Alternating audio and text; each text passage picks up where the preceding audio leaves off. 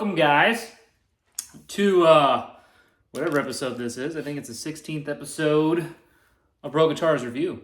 So I made a couple comments that are like, Kyle, why don't you play, man? Why don't you play? Well, I mean, I made two other videos of me playing. One horribly, one decent.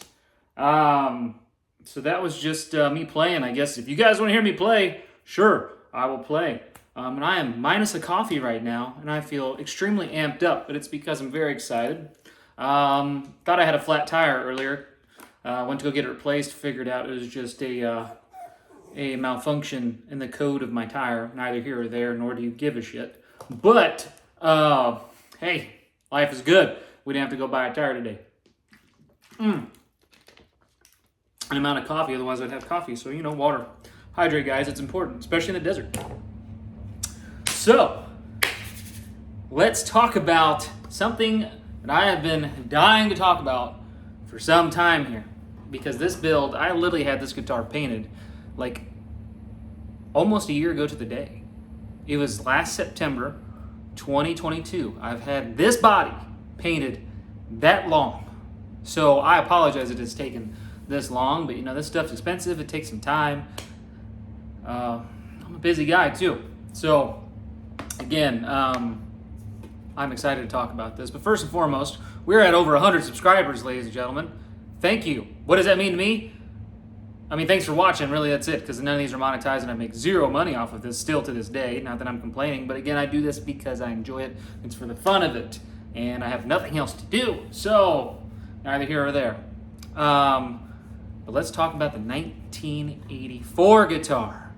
Man, I know the shit show's been asking for this. A couple other people, this is probably like my most requested guitar outside of the obvious ones, the 5150, the Eruption guitar, all that stuff. I mean, people got loads of good videos out on those guitars, right? But I don't really see a whole lot of love for the 84. Okay? Now, Rob Johnson, again, the guy's phenomenal. He's the one that goes into all the details. He actually does a whole video on like the 5150 tour, the 84 guitars. Watch that, and he'll go into a lot of the history of it. I'm just going to kind of give you just a little bit of backstory on some of these guitars, and then we'll go in, obviously, the parts, break it down, per usual, what I did, how I did it, use. Blah. Okay? Wow, I am on one. So, 1984 album debuted. That was the guitar with the little angel, well, I think his arm was more down, but smoking a cigarette. I don't know if it was Marlboro, Camel, what it was. Probably whatever Eddie was smoking at the time. I think it started with like a P or something. But either way, that album cover is literally the coolest album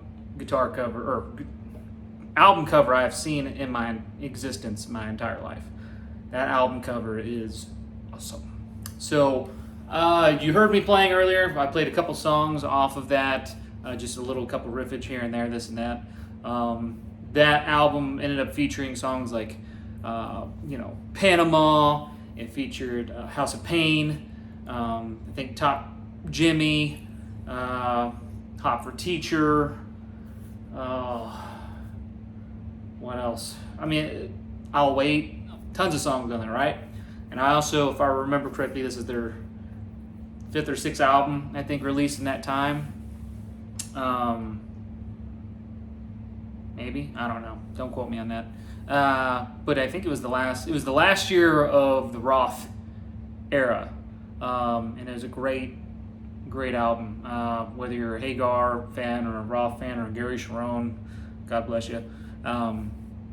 That was the last album that was played or featured with David Lee Roth until they came out with A Different Kind of Truth, back in 2012 or whatever that was. But the 84 guitar, okay, now Eddie, I believe, signed with Kramer back in like early 80s, so like 1982, I think, is when he officially kind of got with Kramer or endorsed by Kramer. And the Kramer that he's mostly known for, obviously, is pretty much almost everyone's favorite guitar. Let me know in the comments what your favorite one is if you want, if you care to say. But again, here's the 5150. Now, it didn't look like this back when he very first signed with Kramer, but again, this is current day for the most part. The 5150. Okay, now these guitars look an awful lot alike, don't they?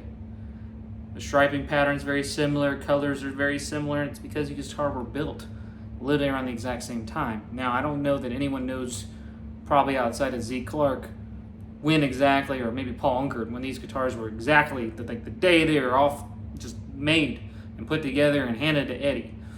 But again, I mean, look at these things. They're very similar. So they're obviously they were built around the same time and they were used on the same tours, okay?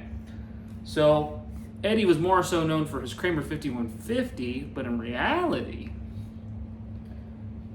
Eddie really actually started out with the 84.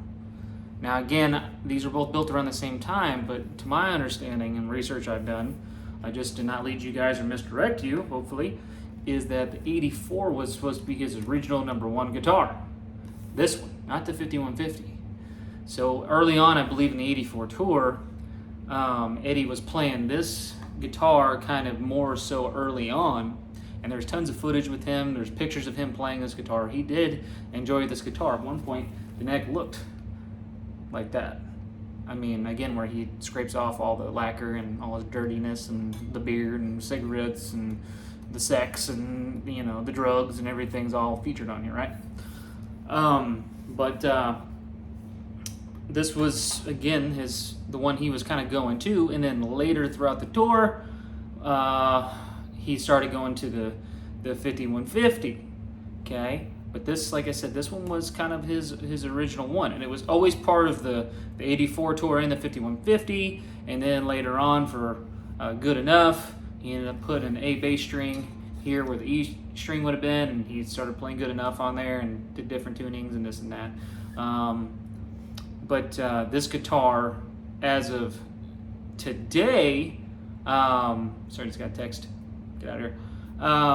This guitar is actually owned now by Wolfgang, but it was actually a gift to him on his birthday years back. I think there's an interview where Howard Stern is interviewing Wolfgang and talking about Eddie and this and that, and he actually broke this guitar out and gave a nice little story about how he came about to actually now owning, you know, this guitar at that time, and then he's still in his possession. But the 84, this guitar really grew on me quite a bit, just more so just because of the double X pattern here with the black and the double-sided tape on both sides and the black hardware, this and that. The guitar really grew on me. I mean, the 5150 is still my favorite Kramer of all time, but the 84 and the Neptune are definitely probably tied for #2 as far as the stripe Kramers. And Eddie had tons of stripe Kramers throughout the years and this and that. Again, Rob Johnson does a great job, and he can lead you down that. We're just talking about the 84 today, okay? I want to go in a little bit more detail of the 84 because, like I said, not a lot of people really go into their builds, how they do it, and this and that. But we believe that this guitar was actually built by Eddie's guitar tech, Zeke Clark, as far as I know. Again, could be wrong on that, but as far as I know, it was built by Zeke Clark. I think the 5150 was painted by Paul Unkert, but I don't know that he actually built it. Neither here or there. Maybe you guys let me know down in the comments. I know enough to be dangerous with that. I don't claim to be a know-it-all of everything, in any regards, but the Van Halen stuff, there's so much to know and learn in this and that. And a funny thing is I actually had a shirt, little small story, featured this guitar on here, and it's Eddie with this his tiger striped. Look how white I am. It's his tiger striped spandex or whatever the hell they were. They weren't leopard print, but it was kind of like a tiger. And he was shirtless, looking ripped out of his mind. And he's sitting there back, and he's like, or whatever, with a face. And I always thought for the longest time that was the 5150 back when I was younger. I didn't know any different. I didn't know any better. Don't judge me. But it was actually the 84. And again, side by side, again, these guitars look very similar, okay? So yeah, without further ado, let's dive into this bad boy, shall we? So the 84, the build, okay? Because I know some of you want to know. They're like, hey, you know, Kyle, how would you go about doing the 84 if you did the 84? Well, today is your day. It is your day. You can smile a little brighter today, I guess. If this changes anything for you in your life, then okay, great. We're trying to get the lighting decent for you guys, okay? I'll give you more close-ups later, don't panic. All right. So, body, per usual, it's a lock body, okay? I'll go over pricing here in a second if I remember. Lock body. Obviously order it from Lock Guitars, okay? L-O-C-K-E, Lock Customs. Look him up. Great guy. I actually got 4 bodies from him. This is one of the 4, which I've been telling you guys I've been doing 4 builds for forever. This is number 3. I got 1 left. But I did also another video on, well, getting ahead of myself. But okay, lock body. Neck is a Randy Butala neck. Again, that's B-U-T-A-L-A, and I think he's Butala Guitars, whatever, based out in Canada. Great guy. Again, makes great products. It's his, I guess it's the 5150 neck. I can't remember verbatim what it's called. I'll try to look it up on the order and let you guys know exactly what it is, so you can do this yourself, okay? Floyd Rose, it's a original black Floyd Rose, okay?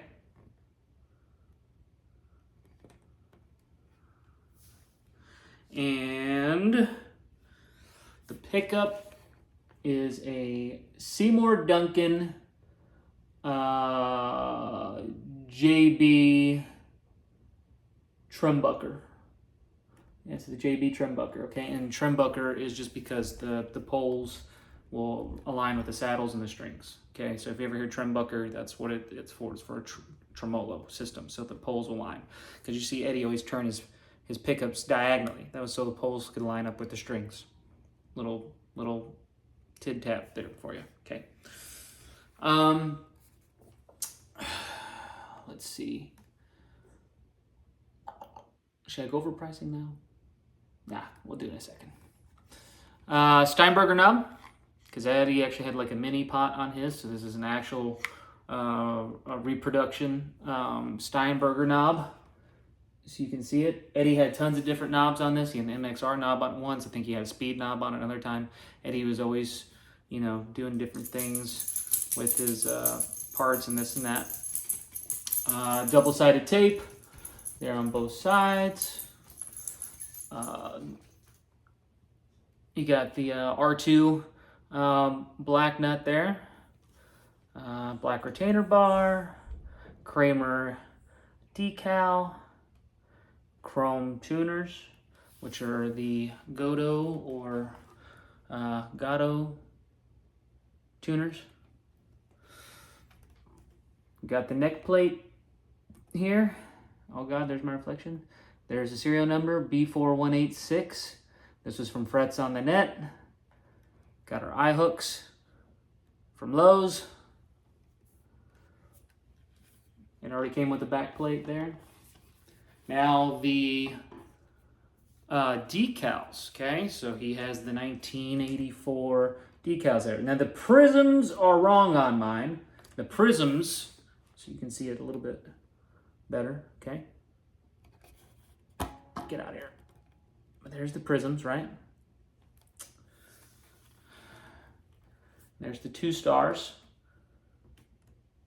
And real quick, Rob Johnson touches on this too, but before I forget, just so you guys, if you don't ever make it to his video, not that I'm trying to give him a bunch of love there with views and this and that, but the guy's, he's awesome. I'm not going to deny it. And he's a great guy, super nice. So go watch his channel, okay? The reason for the 2 stars, if you notice here on the 5150, there's 1. And again, you got 2 on that one. Because at some point, when Eddie went away from this guitar and started playing this one as his main, that was so Zeke, his guitar tech, and anyone else could sit there and differentiate between the 2 as far as what was number 1 and what was number 2. String breaks, go to this. Something else happens with this, go to this. Catching the drift here, number 1 guitar, number 2 guitar.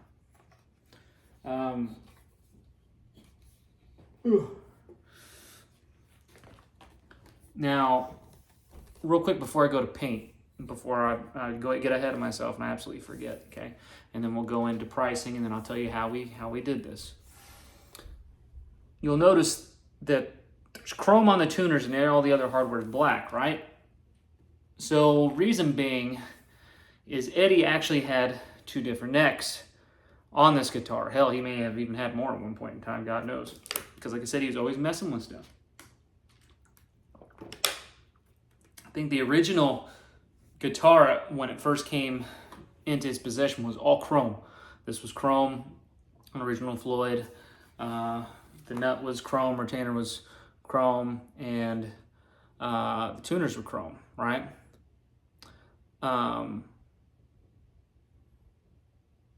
Yeah. I think there's footage of it actually being chrome, right? And it had 2 stars here on the headstock, right above the stripe, and the stripe was actually in reverse. It actually, instead of going diagonally that way, it went back this way, okay? And you'll notice that the striping pattern on this is very similar to the 5150, except this black stripe's actually here between the first and second tuners here towards the end, and on the 5150 it's actually more so here between the second and the third. Actually, it's more actually coming off of the third one here, okay? But again, we'll kind of show you a side by side, because again, these guitars are very, very similar. But that 2-star neck actually got donated and put on another body that Eddie had that was in Kramer body. God knows if he played it or not, I don't know. But they actually donated that one to the Hard Rock Cafe. And again, Rob Johnson touches that in his video too. But at one point in time, he had this neck. I believe it's the current neck on it today. I think this neck actually came upon it in the 5150 tour, which was after 84. And that was their first album with Sammy Hagar before they blew up and did their thing. But again, the neck looked like that, okay? Real cool. Now paint. So for this one, we go white first, okay? And go white all over it. The white color I chose to use, Dupla color, okay? All right, Dupla color, perfect match. Look at it. There you go. And there's the label. Super white, okay? I got 2 cans of this. I did a whole full can on the front, full can on the back. Again, you can hang your guitar through one of these holes here. And just have it hanging up in your garage with the window open or on a stand of some sort, whatever. Or I always choose to just lay my body down, and then I just kind of do one side at a time. Again, per usual, as I always say, the paint dries really fast. It's a lacquer, yada, yada, yada. Please go watch my other videos, because I just feel like I just repeat myself at all times. I'm not trying to bore you guys with the same, like, okay, he talks about this in every video. You know, I kind of touch on a little here and there between all my videos. It's not because I'm trying to get you guys to just watch every video, because again, I make nothing out of this. But again, I'm just trying to help you guys. But like, sometimes I forget details between video to video, because this is, again, unedited. I'm just going here. And I'm not going to keep doing this rant also over and over again and shoving that down your throat. So continuing on, okay? So you go with the super white, put that on there, 1 can each side. It's going to be 1 can each side for pretty much everything but the red, okay? Then, next is the red. Here's that engine enamel I've talked to you guys about, okay? This is the Dupla color. Looky here. Chevrolet orange red. And there's the actual DE1607. Man, that is so hard to read backwards. But anyway, okay, I still have some paint left in this one. So I probably did about half a can. So I did half a can, like a quarter of a can one side, quarter of a can on the other. Now with the 84 actually looks a little bit more red than the 5150. Now the lighting in here sucks, so... Now, to your eyes, okay, let me get it more towards the light. Which one looks a little bit more light. They're both the exact same can of red. Okay, let me rephrase. Not the exact same can. I bought that can later, but it's the same paint, the same serial number and everything. So one thing you guys have to keep in mind is that these paints, every batch of paint is going to be slightly different. Okay, it's not going to be exact. It's going to be very little nuanced difference. Okay, they're going to be extremely close. But that's one thing with paints. You know, especially if you don't shake them up well and this and that. There's tons of variables. Okay, but one thing to keep in mind is when Eddie was playing his 5150, you got to think this thing was exposed to God knows what. Okay, also including the sun. Well, what does sun do? The sun dyes, it fades everything, right? Fades everything, including your tattoos, right? But that's neither here or there. But again, the sun destroys things. So he didn't exactly have a thick finish on his guitars. Again, these are just rattle can jobs. So the 5150 is a little bit of a lighter orange. And another thing you have to remember, guys, is in all these photos, you're seeing them from different angles, and lighting can play tricks on your eyes. And again, photo quality back then wasn't great, so it's kind of grainy. So things might look a little bit redder, or maybe more of an orangish tint, this and that, okay? And if you compare this to the Frankies, you know, his red, white, and black Frankie and this and that, those are like really red, okay? These are more of an orangish red, but this one is a little bit darker. But you gotta remember, look how beat up this thing is, and look how almost new this thing looks, okay? So that's one thing just to kind of keep in mind. One thing I did was I took this guitar, I went on with a lot lighter coat of the red, and I also just left the sucker out in the sun for like a day on both sides. And that was before I applied any finish, and that kind of dulled the paint a little bit as well. So that's another reason why it looks a little bit lighter, because this guitar is a little bit more red, and I almost went with a darker red on this one. I was going to go with a completely different red color. I was going to go with like the torch red, but I don't even think they make that anymore. They operate under like a different serial number for that duplicolor, torch red, which is what I believe it was like a touch-up paint for Corvettes. Love Corvettes, by the way. But another thing to keep in mind, okay? Also, when I touched on the prisms being wrong on this one, okay? The right prisms, don't pay attention to the black outline, but it's that prism, okay? That's the correct prism. But when I built this guitar, I couldn't find these decals to save my life. So I had to have them custom made from a place in town called Ace Banners. And she was fantastic. Charged me like next to nothing for these things. Gave me like 3 different sets with the stars and this and that. And you'll notice that on these, there's no black outline, okay? Because to my knowledge, there's no black outline on the 84 decals. Now you can find these, I think, now online with the correct prism. But again, this was a year ago. We're talking about 2 years removed from the pandemic. I couldn't find these. I never knew when they're going to come up again. And I didn't think it was going to take me a friggin' year to build this guitar. So again, we go over super white. You go over with your engine enamel.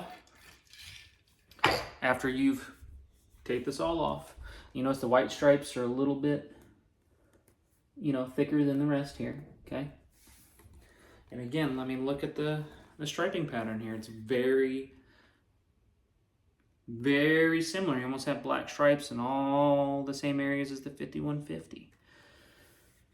Okay, now what's kind of different between these, without going stripe for stripe, and remind me to touch on the headstock later. But you'll see here it has an X. Instead of just one stripe across like the 5150, it actually has an X. So that's another thing that's kind of cool about this guitar. Okay. And then also over here on the horn, you'll notice it's actually 2 stripes kind of coming over into right there. Okay.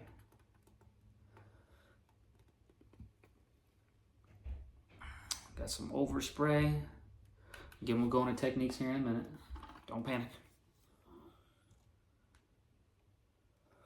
And this guitar is not a heavy relic guitar. It's got some nicks and pings in it and some dings, but it's not super duper beat up like the 5150. And look, some of these stripes come to an end. And again, I give you guys close-ups. You know, hold it still for a second. Always, again, take your snapshots of this stuff. You want to build this stuff yourself, or look at photos. Again, mine's not 100% accurate, but this one's pretty good. Okay, the first time I'm ever doing the 84, which is almost essentially the same as the 5150, but again a little bit different. Okay, so let's go into headstock real quick, and then I'll go into pricing. I'm saying this stuff out loud to keep myself on track. So here's the 5150 neck, again, beat up here, the headstock. Try to do this. Look at that striping pattern. Almost the exact same, right? Almost the exact same look. The black stripe is a little bit further up on the 84. Obviously the hardware's different. But that striping pattern's almost the same. Pretty cool, huh? But that was a headstock. That's all I'm going to touch on that. So thank you for reminding me on that one. Pricing. Lock body, I think, was 160 bucks. The Floyd was around 230-ish. The JB Trimbucker, which is what you heard earlier, I love the JBs. I still probably prefer the JB. You getting your itch, man? The custom. As far as sound goes, but I mean, this is again a killer pickup. I love the JBs, especially for anything classic rock, 80s, whatever. They're great pickups. But that pickup was, I think I maybe got it on sale for like 80 or 90 maybe. The gaffer's tape, which is here for the double-sided picks, which was, I mean, maybe 15 bucks. You can get that on Amazon, you know, find all that stuff. One of the more expensive things here is this freaking Steinberger knob, okay? Now the Steinberger knob, again, Steinberger parts are very hard to come by. They're very expensive. So I went to headlessusa.com and ordered one from them. It was around 50 bucks for that knob. Let that sink in. $50 for a freaking knob. That's not even the real deal. It's a reproduction, but I had to do it. Sometimes you just got to do it, right? You got to do it. So I did it. But again, he's had different knobs. I could have went with the MXR, you know, whatever. But I wanted it to be, I already had plenty of guitars with MXR knobs. So with the Steinberger knob, the problem with the Steinberger knob is I wanted it on the frictionless EVH pot, right? Because, I mean, who doesn't? These things are great. But the problem is that inside the shaft on the pot was too thick for it to fit on the Steinberger knob.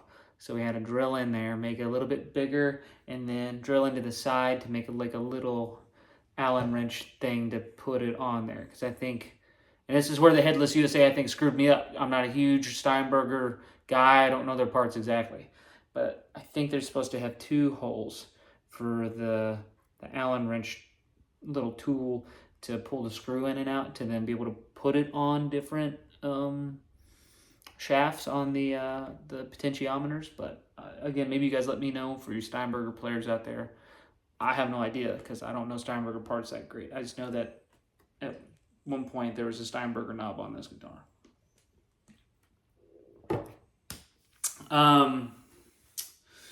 Continuing on, strings. I never really talk about strings. I like to use elixirs, or I'll use cobalts, you know, Ernie balls. To me, it's not a huge deal. But cobalt strings are probably the go-to, but they're strings, right? These are 9 gauge, for those of you that care. I prefer 9s or 10s. Just depends. If I'm going to E-flat tuning, which is E-flat, usually I go 10s, but 9s are sick because they're easier to bend, and a little bit more chimey. So just some things to keep in mind. Sorry, I got another text. Get out of here. Picks, I mean, again, it doesn't matter what picks you get. I just stuck the picks on there because I just thought, again, this guitar looked cool with the actual double-sided tape and the picks on there. You know, how much ever you want to pay on picks. Picks are picks to me. If I had to prefer, I'd probably prefer the Dunlop Sharps, but keeping this about the guitar, not about my preference. The neck was, I think, maybe $300 from Butala, maybe a little bit less, 280, 285, something like that.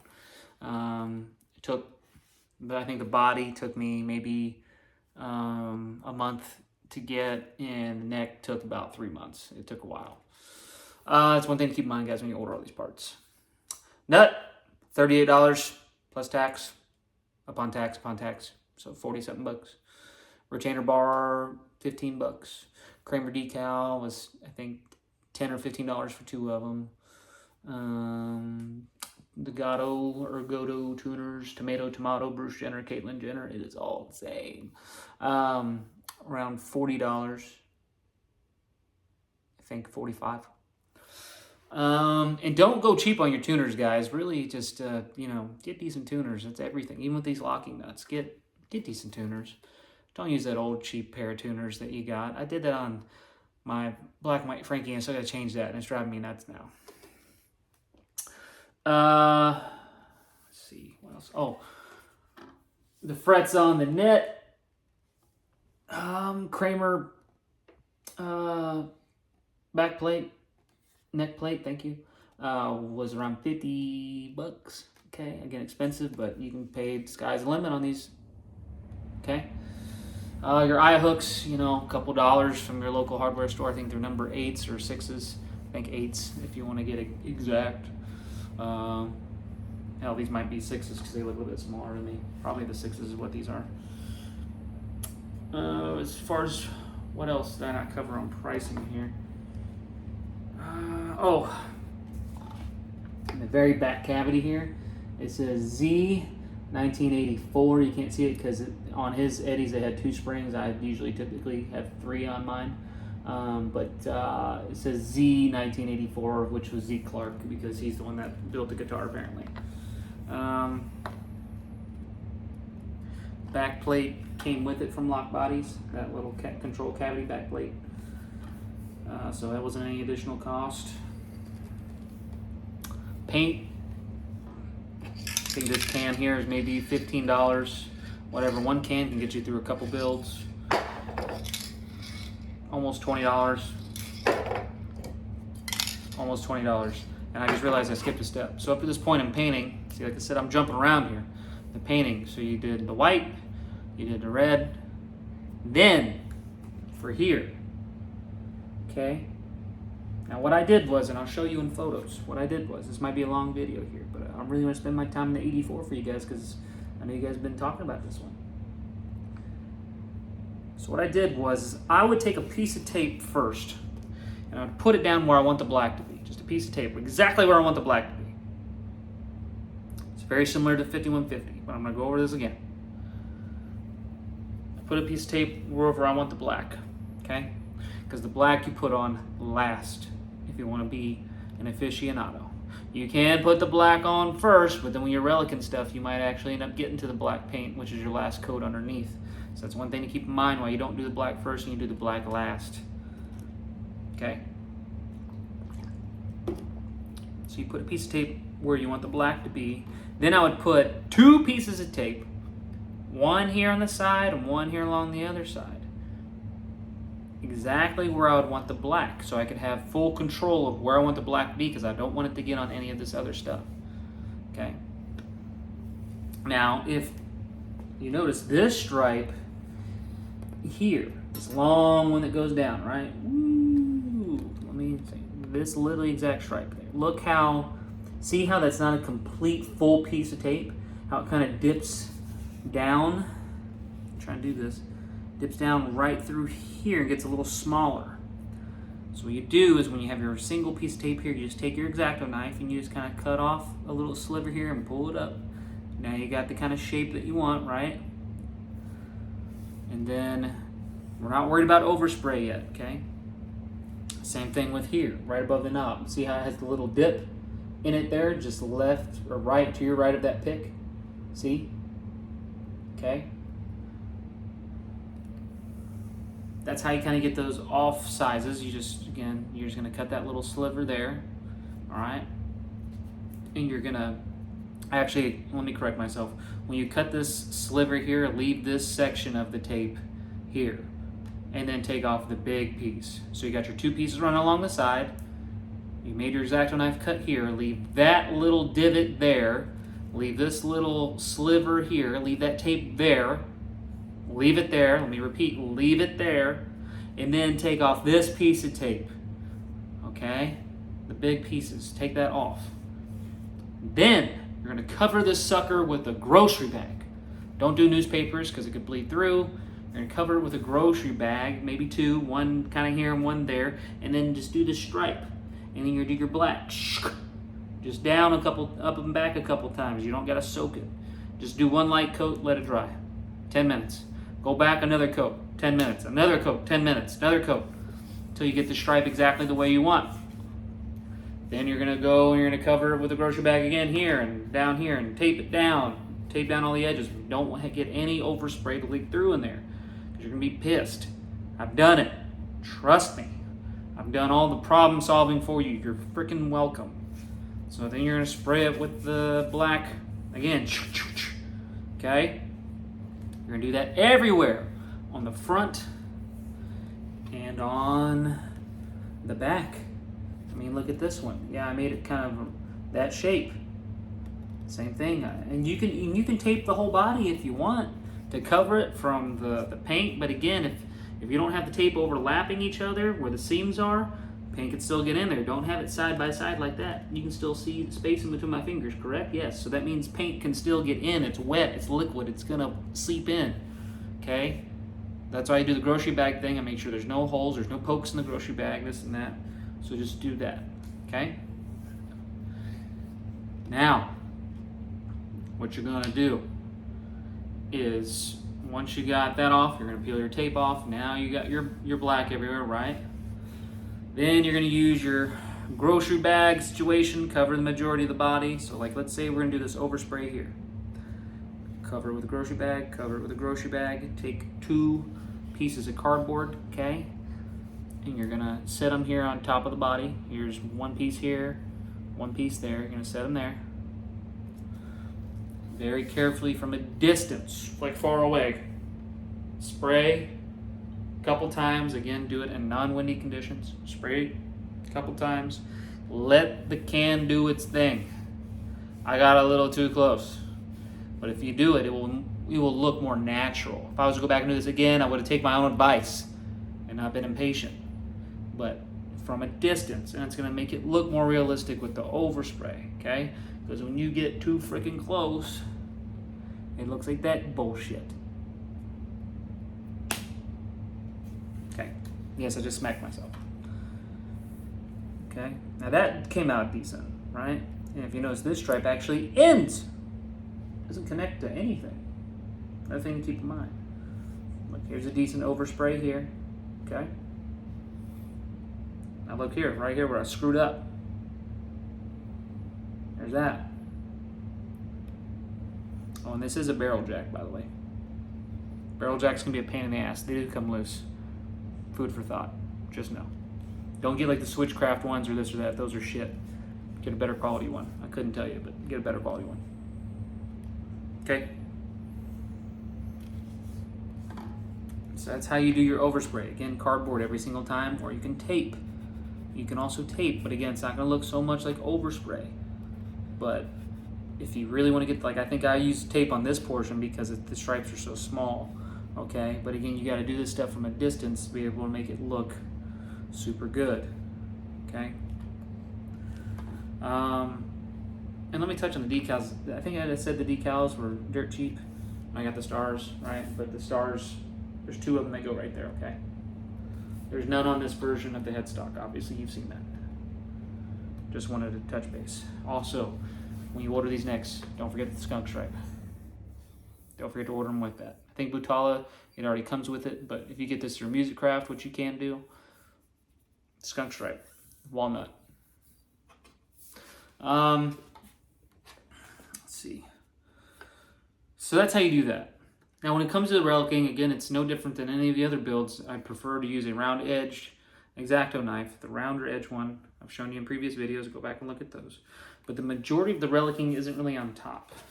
Like I said, you maybe have a few areas, right? You see a couple nicks and pings there. Kind of along the black striping a little bit. Again, a couple nicks and pings in the center. Maybe around the pickup cavity you see there, right? It's just a little small nuance stuff. Really there in that black stripe there.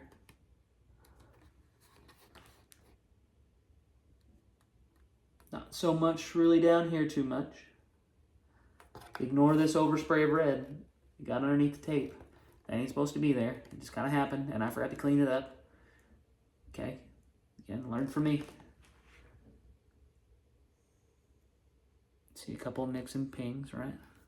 The majority of it is on the back, and it ain't anything, you know, heavy. See there?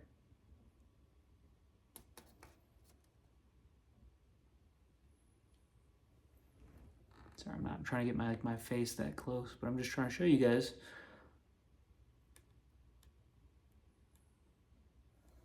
Take snapshots now. See that black stripe down there near the control cavity? Around the control cavity. Move my finger without hitting myself in the face with this thing. Okay. There's that side, I should say, as I'm trying to knock over the camera. Now the exact striping size, guys, I use the 5150 kind of tape size as a reference. But again, these white stripes that are thicker are a little bit bigger, okay? Again, you just kind of have to eyeball it. I haven't seen anyone do a diagram, so I'm not going to sit there and tell you, I use this exact tape, because again, it may be wrong, you know? I'm just a dude who enjoys building these things, that's it. I ain't trying to get 110% accurate here. It's essentially impossible. Again, notice these black stripes end. They're not crossing back over to the other side. The majority of them. Okay. And look, I got some red overspray here. See, look at that. Bullshit. Okay.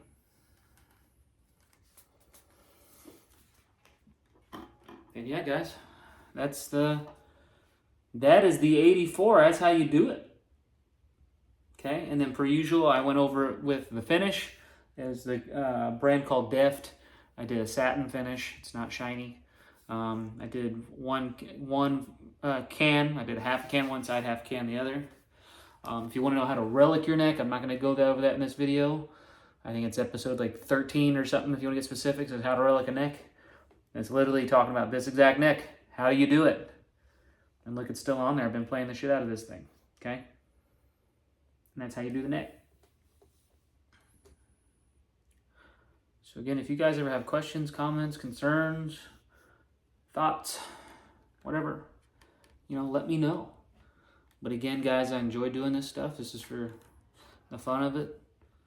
I mean, this 84 turned out really good. I'm really proud of this 84. It turned out really good. Again, is it 100% perfect? No, I pointed out some things that's wrong with it. But it plays great, looks great, is great. I'm going to enjoy playing this one for a long time. Okay? I'm going to enjoy playing the hell out of this one. And as you heard, I mean, it sounds, you know, freaking killer.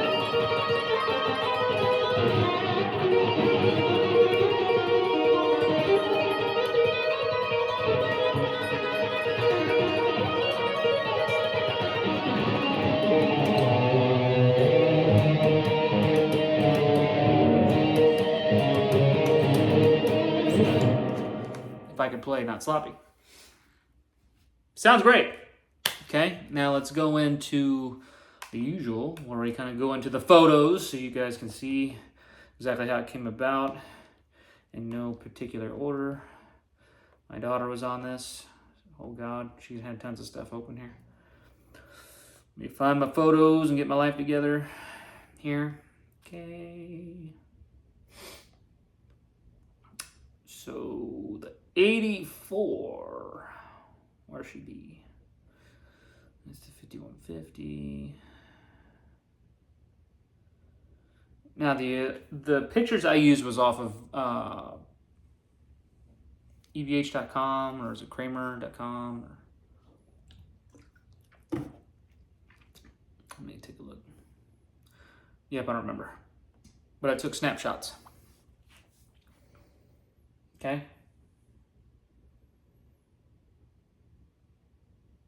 If you notice, the prisms don't have the black around it, right? Okay, my prisms are different, but whatever. There's the back. And I put the plate on mine, the control cavity plate. But that's the photos I used for reference. And as you can see there, there's the Z 1984 there in the back. So let me take a look.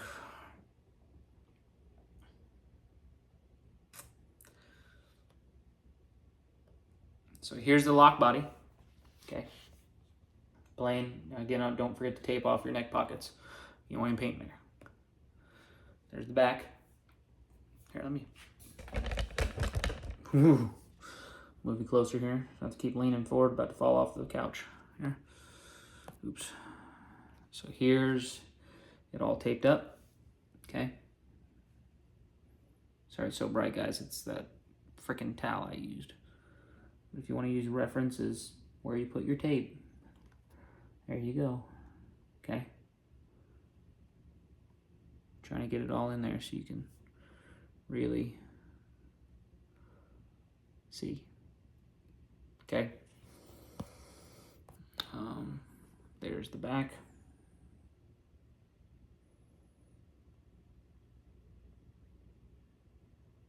Okay. I'm gonna try to stop saying K. Paint the red. Nothing to see there. You just paint over it, leave your tape on. Paint. Boom, boom. Now, see, that's what I'm talking about. You see how I did that?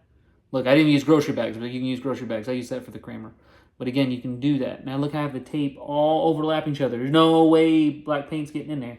And then look there. There's a little sliver that I left on there, right, that I just told you guys about. There's the little sliver. Right there, right? And look, there's the X up there. Here's the X down here. See how we did that? And then it ended up looking like that. I mean, look how new that looked, right? In comparison to how it looks when it's finally done. There's the back. Look, I even have that little white stripe still there in the cavity. That was me relicking it all up. Okay. I just said it again. And see how I left the white where the springs go, there in the back. Well, I could write Zeke Clark on there. Oh, and then that's, oh, there's that one.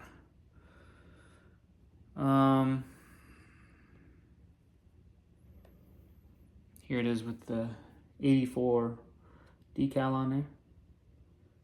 And again, I just eyeballed exactly kind of where it was. And if you notice, the X is off, a little off center. Okay, so pay attention when you're putting that X on there. It's not just straight down the middle. It's, and these guys are in a rush to get these guitars done. You really put a whole lot of thought into it. So if you notice, that X is off center. Okay. And then here's the back. And looky there, you can see the Z 1984. Right?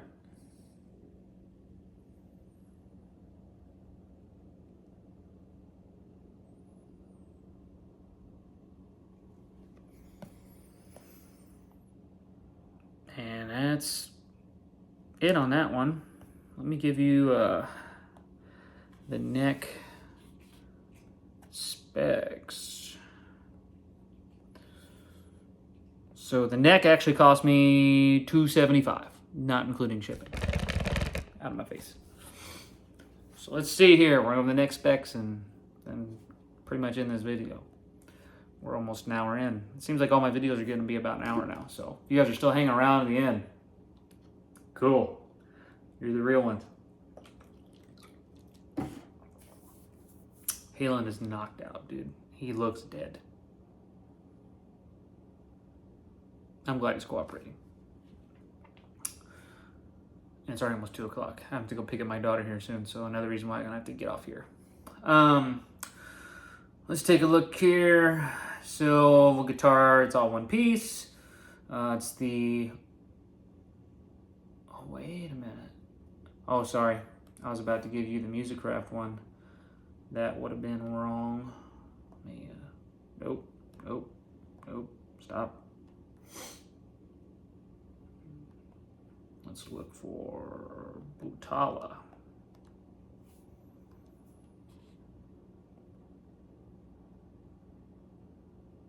It's a 5150 neck, okay?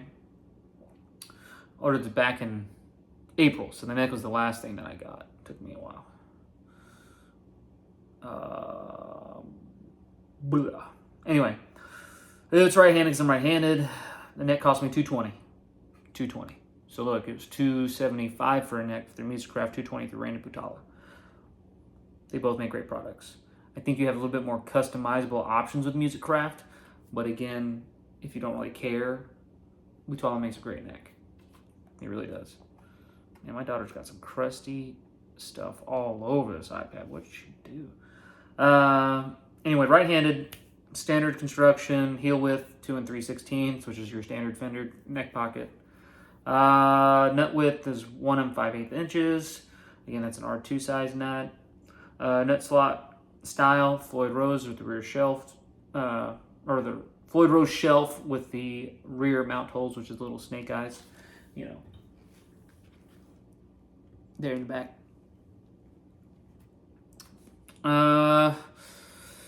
Truss rod, 4mm adjuster at the heel. Shaft wood with maple, obviously maple neck. The body is basswood, by the way. I don't think I touched on that. I always get this stuff out of sequence. Basswood body, maple neck. Okay. 10-inch radius, asymmetrical neck. It's a 79 to 91. It's a great feeling neck. I like the way that one feels a lot. I'm starting to, the smaller neck is the Neptune that I have. That neck is fantastic. It's probably my favorite neck, but it is really small. But I definitely like the 79 more to the 91, a little bit rounder, a little bit thicker here lately.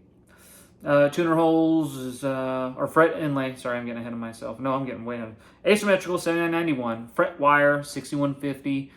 Medium jumbo frets. I like the medium jumbos, especially 6150, because that was the amp that was put out by PV, which is essentially their after-market version of the 5150, because 5150 is owned by Eddie Van Halen, I guess. I don't know. I mean, really the California Police Force, but not here or there. Black plastic dot inlays, 12th fret inlay spacing was wide, 1 1/8 inch on the center. Tuner holes is 10mm, Goto, Schaller, Spurzl, yada yada. Fretboard edges is heavy rolled. Skunk stripe is walnut skunk stripe. Neck finish was tongue oil. The headstock was left unfinished because I wanted it unfinished. And that's a $20 charge for them not to put anything on it. Funny how it's literally a $20 charge for, sorry, now my mom is calling me, a $20 charge for them not to put oil on the headstock. I'm gonna let you think about that. Fretboard scalloping, none, because I don't like scallop fretboards. Just not for me. If you like it, great. Not for me. And that was $220. Shipping was like $20. But again, it's all dependent on where you live and wherever. But again, that came through customs in Canada. I didn't have to pay anything extra. It made it here. Yada yada. Whoop-de-doo. Okay. So Again, guys, that is the 1984. Love this guitar. Again, if you guys have any comments, questions, concerns, if I forgot anything, you know any more back history on the 84, please, as always, feel free to comment. Let me know. Again, thank you guys for watching. Thank you for subscribing. Thank you for caring at all. Again, it doesn't matter to me what you say or what you don't, or go screw yourself, Kyle. I don't take it personal. Again, you guys have been fantastic. Thank you for asking your questions. I'm always here to help in any way that I can. Because I wish this is stuff people would have told me a long time ago and saved me a lot of trouble. But again, I don't hear or see a lot of people really break down their guitar builds, so I'm trying to just kind of give you, I feel like, again, repeating myself with these things, because again, it's just a lot of the same information, so please go back, watch all the other videos, because sometimes I forget stuff and I leave little details out, or I just don't feel like repeating myself and telling you guys the same thing, right? I mean, who gets tired of listening to the same crap over and over again? I certainly do, especially myself, talking, okay? So one last looky here, because we're about at 60 minutes, man. And this is going to take a dick year to upload. Okay? Cool beans. So again, thank you. Appreciate you all. And as always, go back to doing whatever the hell it is that you do. All right. Kyle out. Bye-bye.